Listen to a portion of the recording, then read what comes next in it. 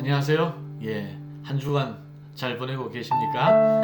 벌써 수요일입니다. 오늘도 새로운 하루 하나님의 말씀으로 또 우리가 인도함 받고 또 말씀 붙잡고 살아갔으면 좋겠습니다. 자, 오늘 말씀은 고린도후서 4장 1절에서 6절 말씀입니다. 제4장. 그러므로 우리가 이 직분을 받아 긍휼하심을 입은 대로 낙심하지 아니하고 이에 숨은 부끄러움의 일을 버리고 속임으로 행하지 아니하며 하나님의 말씀을 혼잡하게 하지 아니하고 오직 진리를 나타내므로 하나님 앞에서 각 사람의 양심에 대하여 스스로 추천하노라. 만일 우리의 복음이 가리었으면 망하는 자들에게 가리어진 것이라. 그 중에 이 세상의 신이 믿지 아니하는 자들의 마음을 혼미하게 하여 그리스도의 영광의 복음의 광채가 비추지 못하게 함이니 그리스도는 하나님의 형상이니라. 우리는 우리를 전파하는 것이 아니라 오직 그리스도 예수의 주 되신 것과 또 예수를 위하여 우리가 너희의 종된 것을 전파함이라. 어두운 데에 빛이 빛이라 말씀하셨던 그 하나님께서 예수 그리스도의 얼굴에 있는 하나님의 영광을 아는 빛을 우리 마음에 비추셨느니라. 고린도 후서 3장에서 사도 바울은 새 언약의 일꾼으로서 옛 언약의 직분과 새 언약의 직분을 비교하는 내용이 있었고요. 그래서 모세의 율법보다 새 언약인 예수 그리스도의 복음을 전하는 자로서의 그 영광스러운 직분에 대해서 말씀을 했습니다. 자, 그래서 이제 그 영광스러운 직분을 가진 자로서 어떠한 마음으로 우리가 사역해야 하는지, 우리가 살아야 하는지 오늘 말씀해 주고 있거든요. 특별히 1절, 2절 말씀이 참 중요합니다. 이 말씀을 우리 한번 다시 보도록 하겠습니다.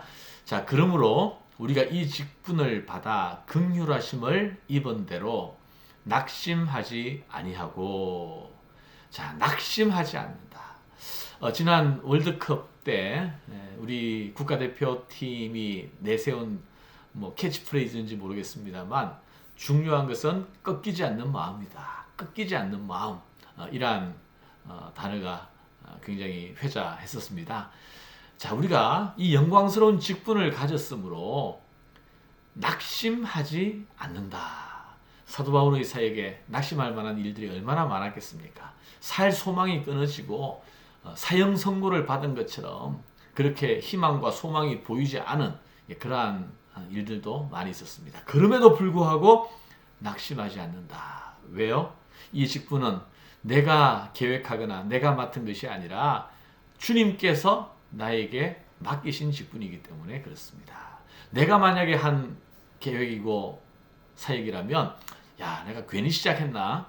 이거 정말 나한테 맞지 않는 것 같다. 이럴 수도 있잖아요. 낙심할 수도 있잖아요.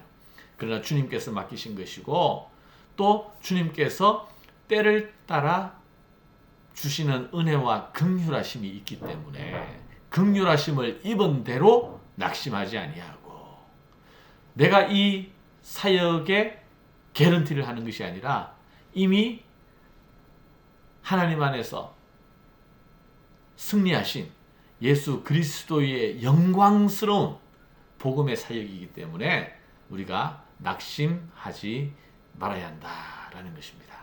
자, 우리 복음을 가진 자로서 우리는 낙심하지 말아야 한다라는 것이죠. 자, 두 번째 한번 보실래요? 이에 숨은 부끄러움의 일을 버리고.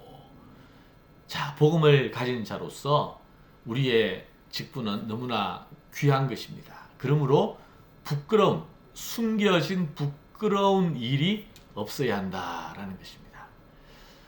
한국교회가 또 우리 그리스도인이 세상 가운데서 인정받지 못하고 존경받지 못하고 신뢰받지 못하는 이유, 바로 우리의 언행의 불일치,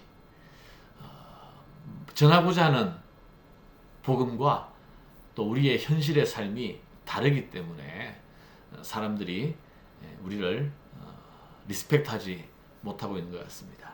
자, 복음을 가진 자의 합당한 태도는 뭐냐? 숨은 부끄러움의 일을 버려야 한다. 부끄러운 일이 없어야 한다라는 것이죠. 자, 세 번째는 속임으로 행하지 아니하며. 속임으로 행하지 아니하며. 여러분, 하나님은 속임이 없으신 진실하신 분입니다. 그는 변함도 없으시고 회전하는 그림자도 없으시도다라고 야고보서 1장에서 말씀하고 있지 않습니까? 우리는 예수 그리스도의 영광의 복음의 광채를 드러내는 사람으로서 속임으로 행하지 말아야 한다. 자, 그리고 네 번째, 하나님의 말씀을 혼잡하게 하지 아니하고. 하나님의 말씀을 혼잡하게 하지 않는다. 이건 복음을 순수하고 선명하게 전해야 한다는 것입니다. 세상신은 끊임없이 복음을 혼잡하게, 하나님의 형상이신 예수 그리스도를 드러내지 못하도록 방해하고 회방합니다. 4절에도 보면요, 그 중에 이 세상의 신이 믿지 아니하는 자들의 마음을 혼미케 하여 그리스도의 영광의 복음의 광채가 비치지 못하게 함이니 그리스도는 하나님의 형상이니라. 그리스도의 영광의 복음의 광채가 드러나는 것을 누가 방해해요? 이 세상의 신이. 어떻게? 믿지 아니하는 자들의 마음을 혼미하게 하여. 그래서 우리는 하나님의 말씀을 혼잡하게 하지 아니하고, 바울 당시에 하나님의 복음을 혼잡하게 하는 것은 유대주의의 율법주의, 유대인에게는 율법주의, 그리고 헬라인들에게는 헬라 철학, 영지주의가 복음을 혼잡하게, 혼미하도록 그렇게 만들었습니다. 오늘날에도 교회가 전하는 복음을 혼잡하게 하는 그러한 것들이 많이 있죠. 어떤 게 있을까요?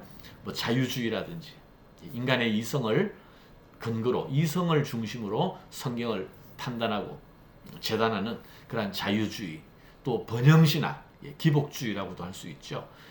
인간의 욕망을 이루기 위하여 신앙을 이용하는 그런 번영신학, 기복주의, 뭐 이런 것들.